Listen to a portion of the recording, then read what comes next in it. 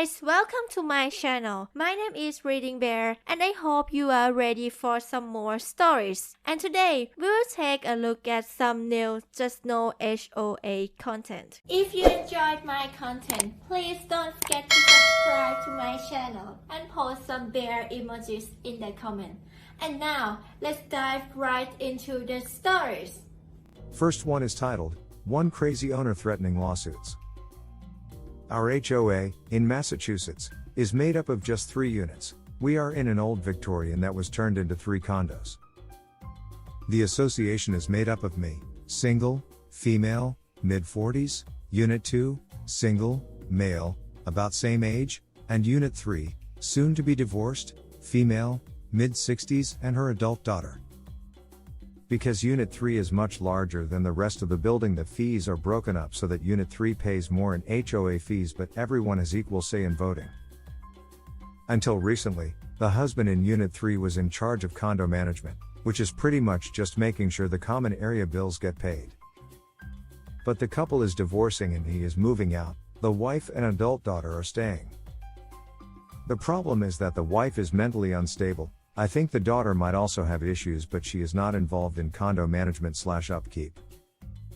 Since buying the place in October 2019, I've had a couple of bad interactions with her where I unintentionally upset her. Very easy to do, and she now refuses to speak to me or even acknowledge my presence when we are in the same common areas together.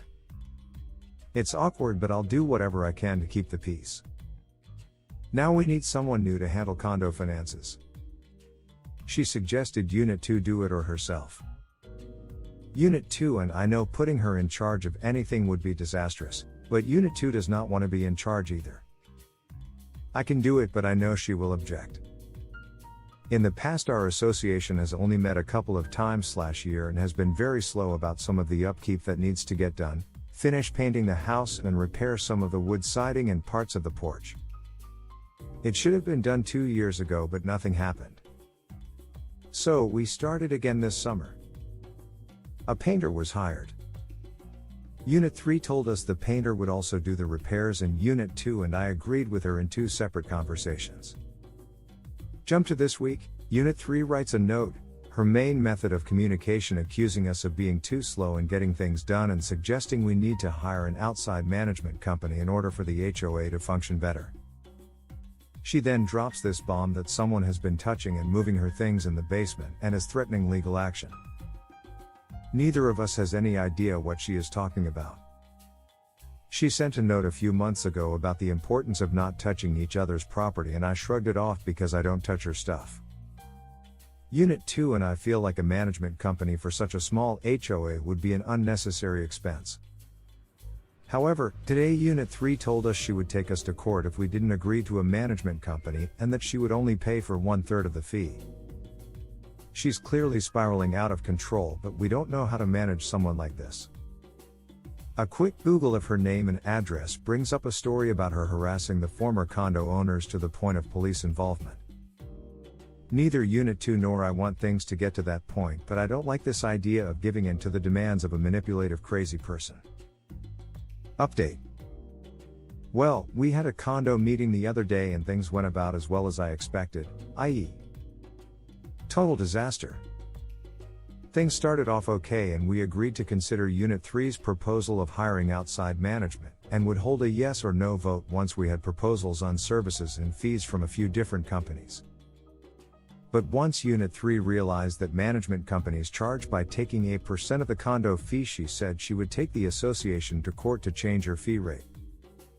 According to the condo contract, the condo fee/cost of building maintenance is split up by size of the condo. I'm guessing this is the way it is done with most HOAs. Since her condo is the largest, top 2 floors of the building, she pays the biggest share. She went on a rant about how she doesn't think she gets enough value out of the common areas for what she is paying. Made no sense. When Unit 2 got frustrated and basically said, "What more do you want from us? We are already accommodating you by looking into this condo management thing." She totally lost her crap and began accusing us of dismissing her concerns, exploiting her, and making her feel threatened. She spoke about how she took previous condo owners who were ganging up on her to arbitration and won, and said she would do it again. Up until this point she still hadn't spoken about her issue with people moving her things, and when we finally asked about it she was very offended when we suggested that maybe the plumbers working in the basement inadvertently moved her stuff. This is when she accused me of tampering with her washing machine settings. I am not making this up. I have no idea why she thinks I would tamper with her settings. I have never touched any of her things, but she does not believe me. In the end, we had to shut down the meeting while she was still yelling because there was no reasoning with her and nothing was getting resolved. We received a note later apologizing for her outburst and saying she would not contest the condo fees, but also declaring that she would only communicate with us through a management company, and until we find one, she would only communicate through letters. The next day we got a letter saying she was building a structure around her storage area so she can keep it locked up. Fine. But again, we haven't even voted on getting a management company yet, and after days of calling around have only found one that will consider an association as small as ours. This was our first meeting without her husband around, and so both Unit 2 and I are not looking forward to what will happen next. I love my condo and am determined to stay and not let this mentally ill person bully me. I honestly think she has some sort of paranoid personality disorder. But Unit 2 was really rattled by the whole thing and is planning on selling his condo as soon as we get the building painted. The day after everything happened, I actually went to the police just to record my experience with this owner and to let them know that I was concerned things might escalate. They can't really do anything, but at least I have it on record. Now I'm just calling around to find an attorney to meet with. I really just need to figure out how we can protect ourselves from this crazy person while also getting the day-to-day HOA business done. Did I tell you she also recorded our meeting without telling us? Once she started to rant, I took out my phone and said, I think we need to record this meeting, and she just responded by saying, oh, I've been recording this meeting the whole time. Seriously? Duck HOA. Next one is titled, These People Are Absolute Nutcases. I have to rant. We moved into a rental house, really nice house, and beautiful inside and out, a little more than a month ago, and we got a barrage of letters from the HOA. Friday accusing us of running a repair shop because we own 4 cars, not kidding. 2 of my cars are actually magazine cars in show condition, and the other 2 are basically new. A Hellcat, Formula, Ram Warlock, and Tahoe. They also noted when my mom came over, a 5th car, OMG no. The horror. They sent pictures of my driveway with the garage door open, and I can tell the pictures are taken from my neighbor, hiding behind her car. I paired up their car and figured out who it was. These people know damn well these are our personal cars that are here full time. Another notice is asking for proof of weed treatment, but there are literally no weeds. They sent a picture that's so blurry, it might as well have been taken with an iPhone 3 from outer space, but there's no weeds. They also mentioned that the mulch needs to be piled higher, but we're one of the only yards that has mulch instead of bare ground in the flower bed, and it's clearly new mulch because it's not even a little washed out and it's jet black. And the third notice was about the mailbox post being wrong, which looks like every other post and was here when we moved in, and I assume has been here for a long time. Oh, and the letter was dated for the 5th, arrived on the 13th, and demanded these issues be fixed within 10 days of the date on the letterhead, so it feels like a trap. What the actual fresh hell is wrong with these people? And how do I get them to duck off? I'm following the rules. Update. So here's a fun twist. I talked to the rental company today and they charge an automatic $45 fine, tacked onto my rent, every time they receive a notice from the HOA. I disputed it, but the lady on the phone was completely flippant about my concerns of getting charged $45 every time some busybody makes a fake allegation about us. With the market, I'm paying $2,300 for an average size 3-bedroom home for the sake of having somewhere to live, so I'm narrowly affording this crap anyway. I'm sick. And we have a year ahead of us? Next one is titled, My HOA is Being Unreasonable. So, I have had my fair share of run-ins with the board. Yearly they come around and point out things wrong with my place that I need to remove entirely or make up bogus claims against me. One year I was told I was not allowed to grow vegetables according to our homeowner's manual. Nowhere in the book of rules does it mention any of that. Yet several other people have gardens. No one else was told to remove theirs when I asked them. Each year it's another fight about some new problem they have with my yard. Fine, you guys don't want me here. I'll move. Bought a new house, and now mine is up for sale.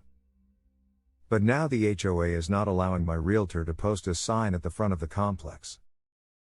I have seen well over 20 units before mine all have a for sale sign. But I am not allowed. Whoever it is that keeps complaining about me is impeding my exit from here. It makes no sense. They, I'm assuming HOA, have even taken away the signs a few streets over, or at a minimum someone stole them. I'm so happy to get away from these toxic nobodies that have nothing better to do with their lives than complain. Next one is titled, Told the HOA to Duck Off, Got Away with It. A number of years ago we moved into a subdivision with what seemed like a pretty laid-back HOA. Now, the former owner was a first-class a-hole who would never win the Good Neighbor award. Among the worst things he did was pave most of the front yard because he got tired of the neighbors bitching at him to cut his grass. About 6 months later I got a letter from the HOA telling us the driveway was out of compliance. I called the number in the letter and asked what they meant, and they said it was far too large and needed to be reduced in size. Me, okay, so just let me know when the contractors will be here so I can move my cars. HOA, no, you're the one who needs to pay to have it reduced in size. Me, sorry, there were no covenant violations listed in the settlement papers, so there was no problem then, which means there's no problem now. HOA, but.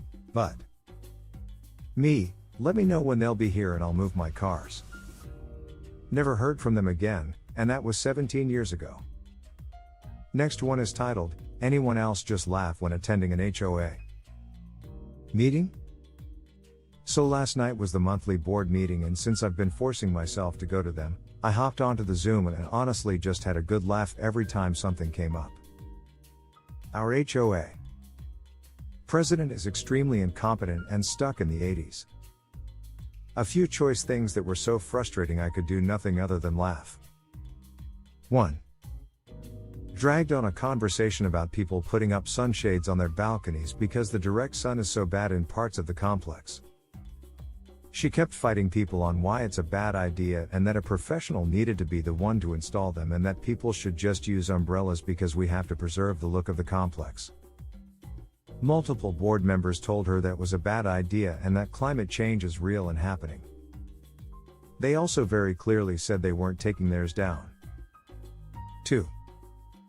Listen to the conspiracy theory from the woman scared of us changing the HOA website to a new provider because the terrorists will hack in or get our data. Then, after she said all that, HOA President agreed that instead of moving to the cheaper platform to post calendar updates and do clubhouse reservations, there needed to be research done. So the terrorists can't get in. 3. Spent 45 minutes complaining about people having plants on the landings outside their front doors. 4. Told the woman who said getting the Zoom info was too difficult because the website wasn't updated with the passcode for calling in that she should go to the clubhouse where it's posted, only for the woman to reply, "I'm disabled," thus shutting her up. 5. Made it clear that she doesn't actually live here because when the discussion turned to the on-site storage units, she had no idea what they looked like. Does anyone else show up to these things and just have to laugh because they're so stupid? Next one is titled, My HOA Literally Has Something Personal Against Us. The HOA leader for my neighborhood is this guy who lives 2 to 3 houses down the way, and he's been leader for like 50 years. My dad and his son were friends, and would regularly play basketball on his driveway. HOA guy didn't like that as he thought it was a bad influence and chased my dad and other neighborhood kids away. Also, my dad's name is John, and there was another friend of HOA guy's kid named John. One day, the other John puked on HOA guy's carpeting, and ran off. The kid said John puked on the carpet and got my dad kicked out. Also, my grandpa Bob had an old toilet and left it out on the curb for the garbage men to deal with. They ignored it, and Bob started getting fines. He went straight to the city council and complained, so the HOA had to deal with it and pay for it. There's a lot more examples of bullcrap between us, but you get the idea. All this went straight to the HOA guy. Seeing me on my bike riding around and ducking flipped me off. I had no part in this, as this was all in the 80s, and I wasn't even a thought yet. Somehow I get the feeling that petty retired people with too much time on their hands shouldn't run anything. Last one is titled, HOA Pressure Washed My House Without Warning. I'm just wondering about this. I live in a townhouse/condo and share walls/roofs with my neighbors. On my HOA's website, the last meeting minutes, from July 19th, said that the HOA is collecting estimates to power wash our houses. Today, some guy with a pressure washer came around and pressure washed my house, but he sprayed down the windows too. If they had not been closed, the water would have destroyed a lot. In fact, the screen on the front door was open and the water shot in my house and got on my tile floor. It wasn't a hard cleanup, but had this been any other window it would have shot through and got on carpet/electronics.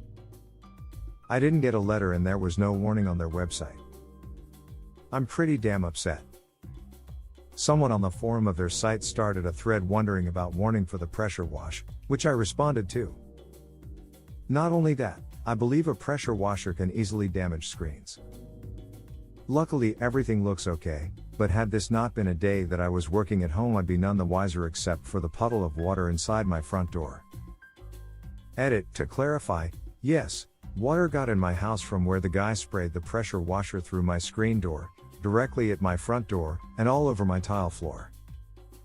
It went through the top seal because it's a pressure washer hose and it's super strong. There was no damage, I just wiped it up. I'm just worried that if I leave my windows open someday randomly they'll spray my house again through other/2nd floor windows and damage my property. Thanks for listening.